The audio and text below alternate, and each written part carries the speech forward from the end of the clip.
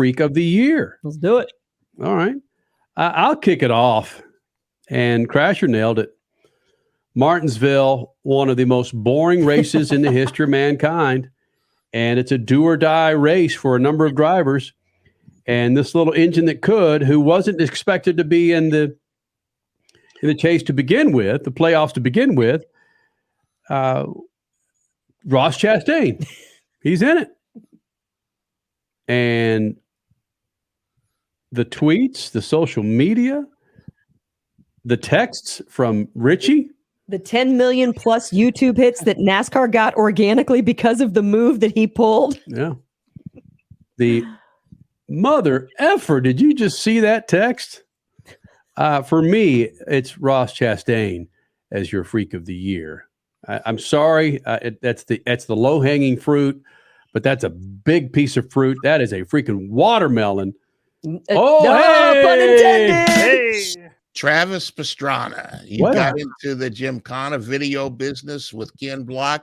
Yes. He had a video just released, I think it was last week, had 6 million views in the first 2 days, almost outpolled Ken Block's latest Audi Electricana, whatever they called it, video. Travis Pastrana, pure, unadulterated. The more people I talk to about him, they say he is freak. I am going to go with one of my favorite interviews on this show we've done all year long. Go check it out on YouTube. One of the best stories of the year as well. And that's Jordan Anderson, the owner/driver of Jordan Anderson Racing, Lucas Oil sponsored driver. He was involved in one of the scariest crashes I've ever seen at Talladega back in October. There was a mechanical issue with the race car and it burst into flames. And it was one of the scariest things I've ever seen. The race car comes down the track at Talladega. It's headed towards the infield wall, and Jordan has a presence of mind while it's so hot in the race car that it is burning him. Okay. He jumps out of the race car while it's still moving, and survives that crash. And less than a month later, he's talking to Kenny and Crash at Phoenix Raceway and looking perfectly healthy, like nothing had happened to him. Incredible. The safety of those cars, that he was able to survive that, the safety in terms of what he was wearing to keep him from getting any worse injuries.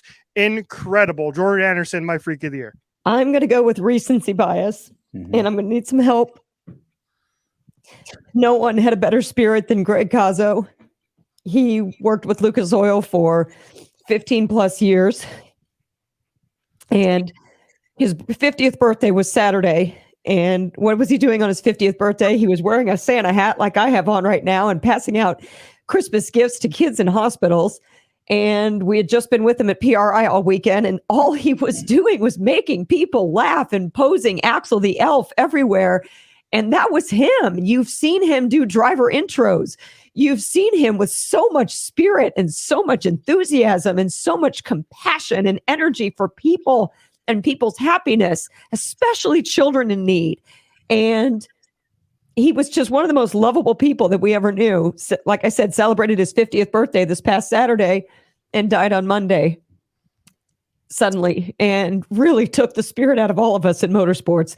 Anybody that met him at the racetrack knew how much he meant, and his passion for the sport and his love for everybody involved in it. And so, Greg Cazzo, you know that this is a term of endearment, babe. You are the biggest freak I've ever met, and I love you for that. Your freakdom, your smiles that you say you wanted to pass along smiles like raindrops. It's now our duty to do that. We will pass along smiles like raindrops at every racetrack from now on in your honor, because you are the king of freak. And I'm so glad that I got to know you. We will always love you. Greg Cazzo, freak of the year.